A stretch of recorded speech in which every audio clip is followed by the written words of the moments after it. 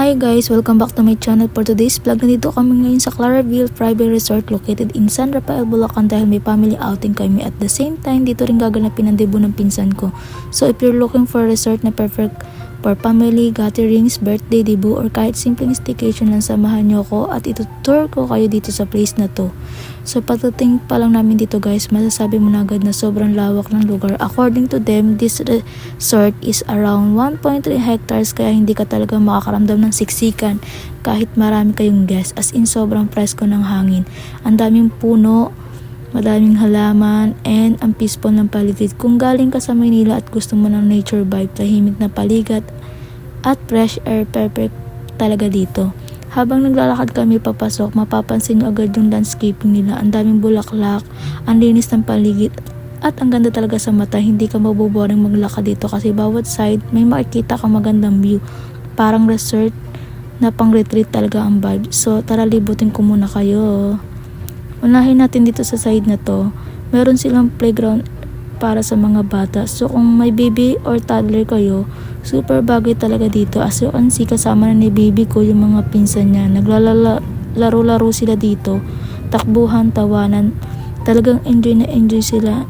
And ang maganda pa, maaliwalas yung lugar. Hindi ganun kainit kahit tanghali kasi shaded na mga puno. Perfect siya for parents na gusto lang umupo muna habang naglalaro yung mga bata kasi safe at open yung area. Hindi ka rin kabado na mainit or masikip. Sobrang relaxing lang ng vibes. Honestly guys, isa to sa mga resort na family friendly talaga. Hindi lang pang barkada or pang swimming lang, kundi pang buong pamilya talaga. From kids to adults, may activities para sa lahat. Dito naman sa kabilang side, meron silang arcade area para sa adults. May darts, bilya at iba pang games na pwede nyong laruin habang nagpapahinga sa swimming or habang naghihintay ng program. So hindi ka maboboring kahit hindi ka swimmer type. May libangan pa rin. At ito naman yung balcony area. As you can see, dito ako nagbibideo ng baby ko kasi ang ganda ng view. Presko yung hangin, tapos may mga upuan dito kung gusto mo lang magmuni-muni, magpahinga or mag-scroll-scroll lang sa phone mo. May mga spots din dito na perfect for picture taking. Aesthetic talaga yung lugar kahit simple lang. Ang gusto ko dito guys, hindi crowded yung tambayan area kahit marami kayo. Para may sarili kang space pa rin kasi ang daming upuan at open areas.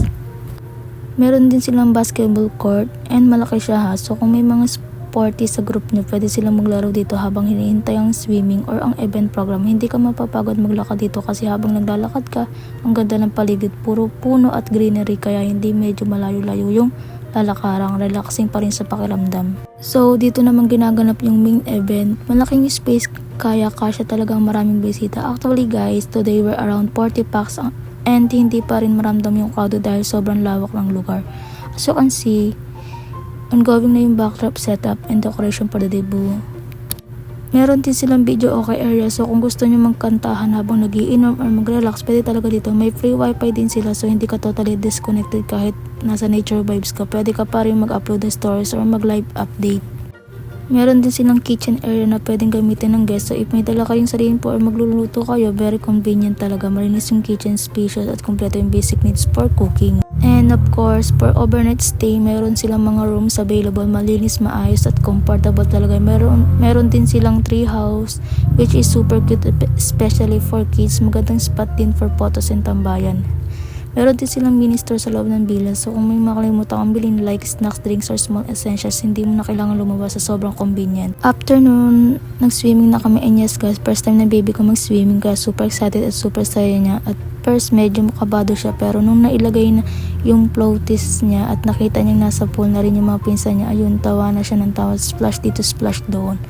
Nakakatawa talaga panoorin yung reaction ng baby mo kapag first time niya gumagawa ng ganitong experience. Priceless talaga. Kami naman partner ko syempre enjoy din, relax lang, babat content, picture at bonding moments talaga.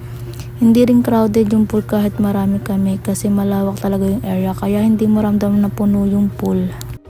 After swimming, nagbanlaw muna kami at bumalik sa event area kasi ongoing pa rin yung preparation. Nakalimutan ko pala sabihin kanina, itong katabi ng arcade area, may gym din sila.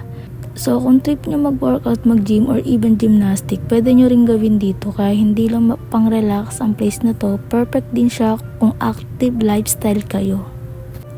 After that, naglibot-libot muna kami sa loob ng resort. May bike station pala sila dito. So kung gusto nyo ikutin yung buong lugar, pwede kayo mag-rent ng bike. Since hindi ako marunong mag-bike, nakiangkas na lang ako sa partner ko kasama ang kapatid ko. Pero sobrang saya pa rin ang experience kasi habang umikot kami, kita mo talaga kung gaano kalawak at kapresko yung buong resort.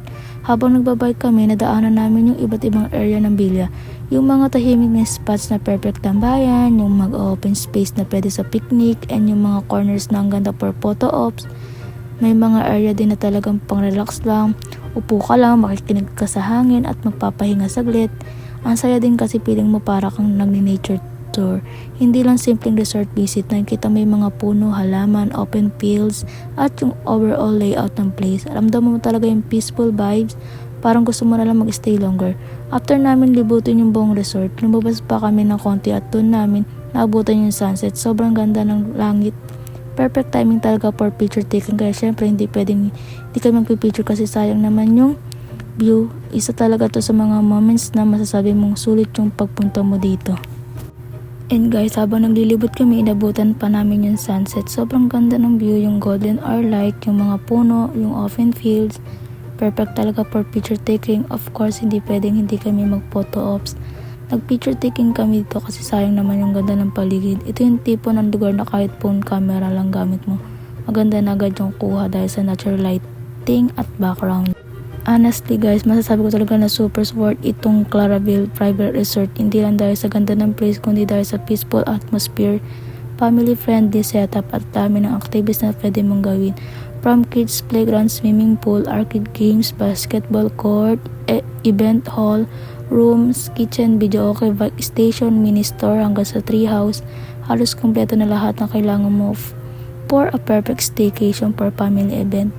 If for someone na gusto ng nature, ayaw na masilip na resort, may kasamang bata, baby or senior, gusto ng peaceful but fun environment, then I highly recommend this place talaga.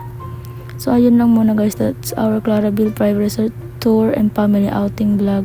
Marami pa kaming ganap na mamaya dahil syempre di na ng pinsang ko, full program, games at celebration talaga. So make sure to watch out for part 2 kasi ipapakita sa inyo yung actual debut event, decoration, food, and more fun moments with the family. Thank you so much for watching. If you enjoyed this vlog, don't forget to like, comment, and subscribe to see you on my next video.